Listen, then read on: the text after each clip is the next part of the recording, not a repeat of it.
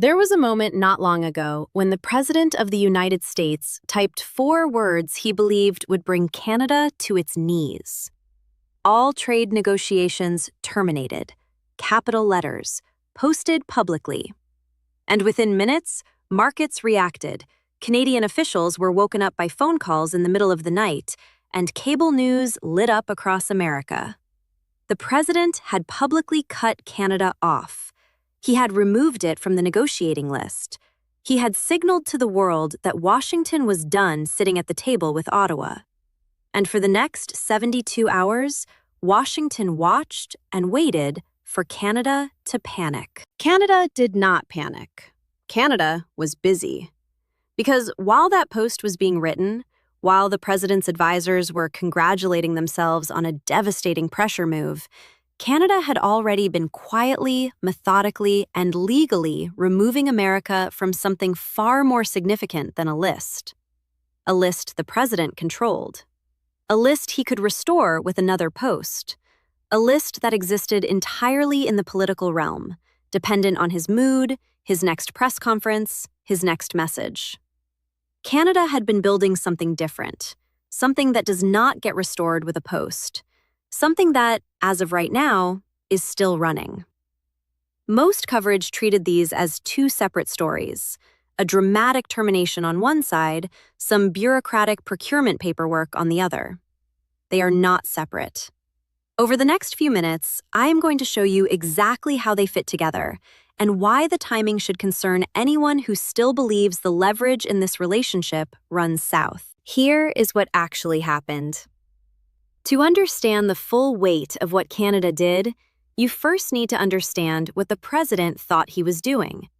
For months through the summer and the autumn, the trade relationship between Canada and the United States had been grinding through a painful cycle.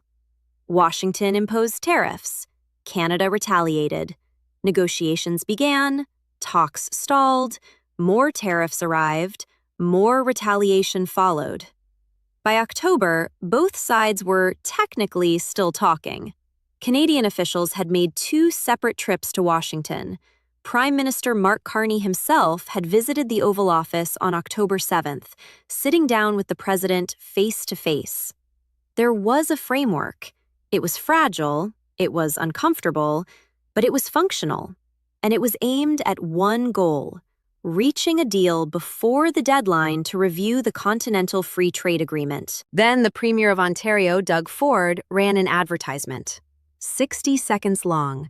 It featured the recorded voice of Ronald Reagan, a conservative icon, an American president still beloved by the Republican base, speaking about tariffs back in 1987.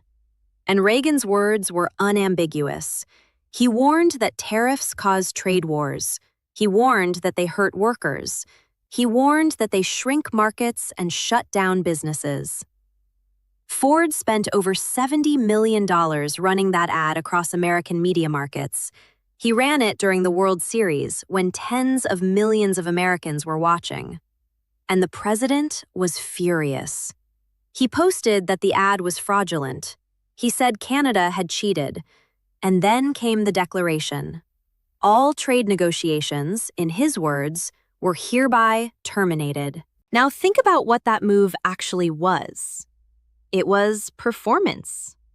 The same advisors who had been quietly negotiating with their Canadian counterparts for weeks did not suddenly vanish. The same supply chain dependencies that made Canada essential to American industry did not evaporate at midnight. But the political signal was unmistakable. Comply. Stop running ads that embarrass the President on American soil, or face isolation. That is the official framing. The operational reality tells a different story. Because Canada received that signal, and Canada did not respond with a counterstatement. There was no emergency press conference. There was no dramatic language on social media. The Prime Minister calmly told reporters that Canada was ready to build on the progress already made whenever the Americans were ready to talk again. And that was it. Why so calm? Because Canada had something the president did not see. Now, hold all of that against what Canada had been building, because the timing matters more than almost anyone noticed. On December 16th, while much of Washington was focused on the holiday recess and the next round of tariff announcements, the Canadian government published something that most American analysts did not read for weeks. It is called the Policy on Prioritizing Canadian Suppliers and Canadian Content in Strategic Federal Procurement. People are simply calling it the Buy Canadian policy. And in plain language, Canada's federal government had just rewritten the rules for who gets to sell to the Canadian government. The rewrite was comprehensive, it was structural, and it was deliberately designed to be extremely difficult to reverse. Here is what the policy actually does. It covers 5 strategic sectors that sit at the very heart of the economy: defense and security, health and pharmaceuticals, infrastructure and construction, information and communications technology, industrial goods. Across all of those sectors, Canada's federal procurement system now systematically prioritizes Canadian suppliers over everyone else. The mechanism is precise, and it is legally airtight. When bids are evaluated, Canadian suppliers receive a price advantage applied during the scoring. In simple terms, a Canadian company can effectively bid higher and still win against a foreign competitor offering a lower price. The Canadian bid is treated as if it were cheaper than it actually is. On top of that, every bid is also scored on the percentage of Canadian content it commits to providing. The higher the Canadian content, the higher the score, the more likely the contract award.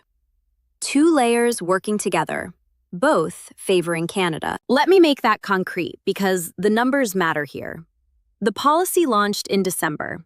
At first, it covered all strategic procurements valued at $25 million and above, the very large contracts. But by June 15, 2026, and that is weeks away now, the threshold drops to $5 million. Think about that drop. From $25 million down to $5 million. Every federal procurement above $5 million in 5 strategic sectors will be systematically tilted toward Canadian suppliers. And there is a second piece that makes this even sharper. A companion policy requires that certain materials used in major federal projects, steel, aluminum, and wood products, be manufactured or processed in Canada. Not simply sold by a Canadian company, manufactured here. That single distinction eliminates a workaround that American firms had quietly relied on for years. Sell through a Canadian subsidiary, keep the factory in Ohio, collect the federal contract. That pathway is closing. But the Buy Canadian policy was only the first layer. Because Canada did not just prioritize its own suppliers, Canada also built a wall around who else could even compete. Months earlier, on July 14th of 2025, long before the president terminated the negotiations, Canada had already implemented the interim policy on reciprocal procurement. Reciprocal. That word is the key. The logic of this policy is elegant. Canada will allow suppliers from foreign countries to compete for its federal contracts, but only from countries that give Canadian suppliers reciprocal access to their own government procurement markets. Read that again slowly. If your country lets Canadian companies bid on your government contracts, then your companies can bid on Canada's.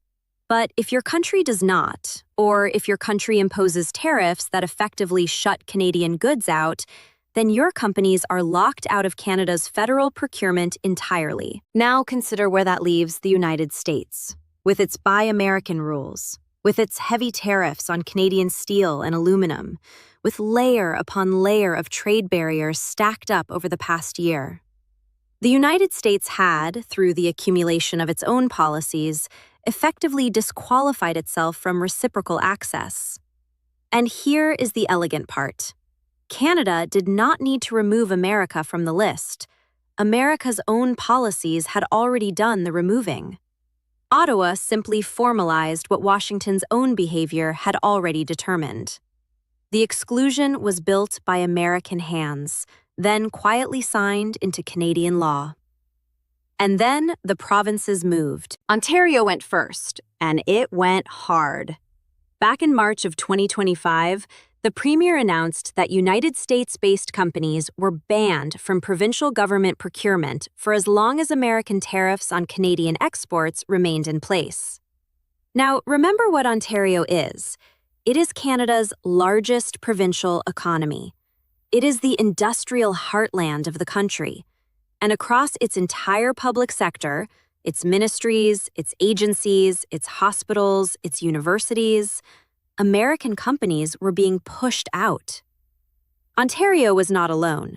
Provinces across Canada began rolling out their own versions of procurement restriction, each one building on the federal framework, each one closing another door that American companies had walked through for years without a second thought. Step back for a moment and see the shape of it. This was not one decision made in one office on one day. This was a layered strategy assembled piece by piece over the better part of a year. The interim reciprocal policy in July, the Ontario ban in the spring, the federal Buy Canadian framework in December, the materials rule on steel and aluminum and wood, each layer reinforcing the others. Mark Carney, a former central banker who spent his entire career studying how economies actually move, was not playing the game of headlines. He was playing the game of systems. And while the cameras were pointed at a midnight post, the system was already nearly complete. Here is where this stops being abstract and starts being concrete. Because procurement policy sounds like paperwork until you meet the people whose phones simply stopped ringing. Consider a mid-sized American technology company. For 11 years, it held a standing offer with the Canadian federal government for enterprise software services, renewed every 3 years. Reliable revenue. A Canadian operation that was, on paper, a subsidiary of the American parent. And then one day in December, its Canadian procurement officer sent a notification. The standing offer would not be renewed. Under the new framework, the bid now had to be evaluated on Canadian content, and software developed primarily in American facilities, deployed through American cloud infrastructure, simply did not score well enough. The contract went to a Canadian firm. 11 years of business gone on a single notification. Now, multiply that one story by hundreds of companies. American defense contractors who had supplied components to Canadian military programs for decades. American pharmaceutical companies whose Canadian distribution ran through federal supply chains.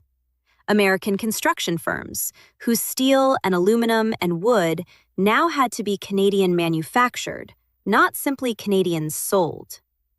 The scope of American exclusion from Canadian federal procurement is expanding in real time.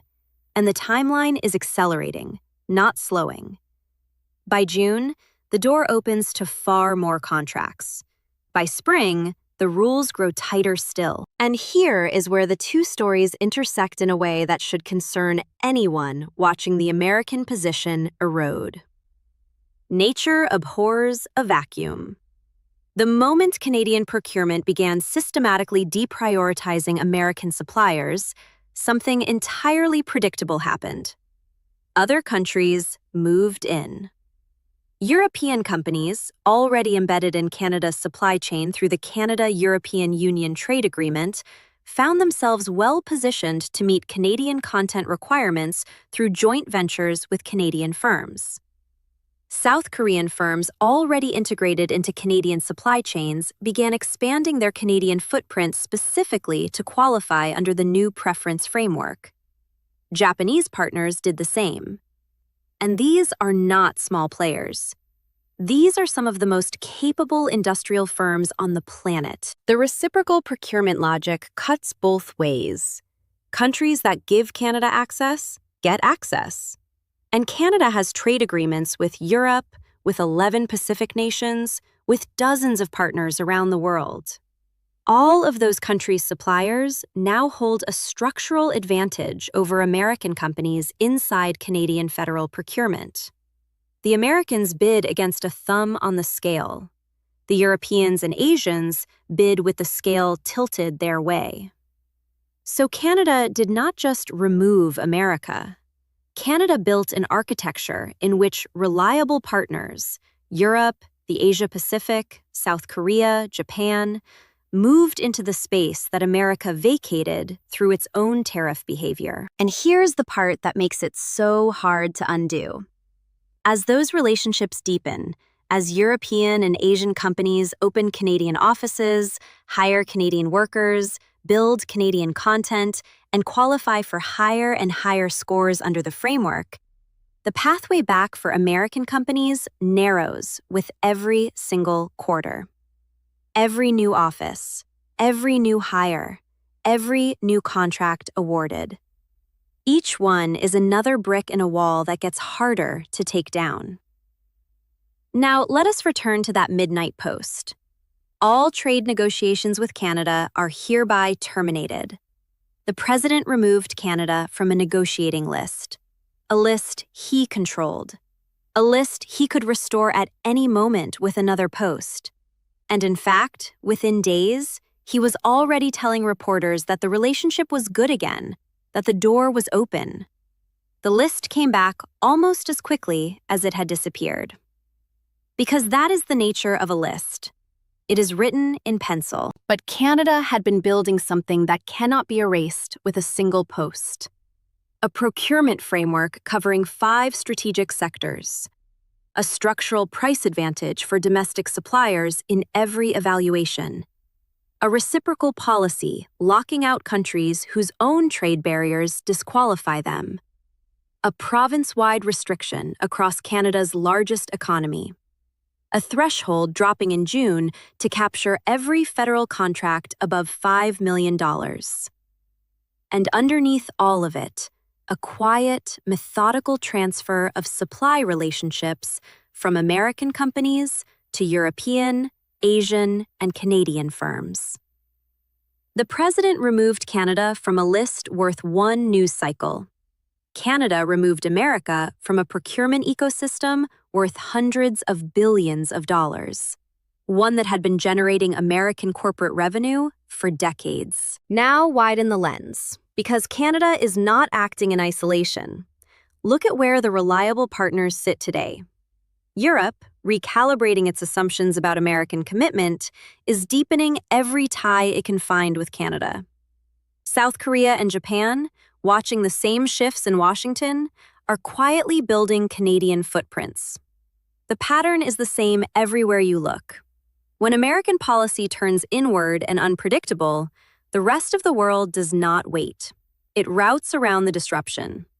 And Canada, sitting right next door, has positioned itself as the calm and open partner in a moment when calm and open are in short supply. That is the contrast at the center of this story.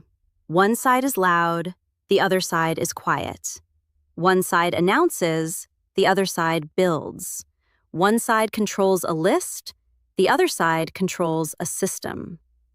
And this is the deeper lesson embedded inside the entire story. Political power operates on lists, on announcements, on posts, on the performance of strength in front of cameras. Economic power operates differently. It operates on frameworks, on policies, on legal structures that accumulate quietly over months until the moment someone tries to reverse them and discovers that you cannot undo 3 years of supply chain redirection with a single message. You cannot rebuild the trust of European and Asian suppliers who have already invested in Canadian operations, already opened Canadian offices, already hired Canadian workers, simply by announcing that negotiations are back on. The standard has changed. The President thought the leverage was in the list. Canada understood that the real leverage was never in the list at all. It was in the contracts. It was in the policies.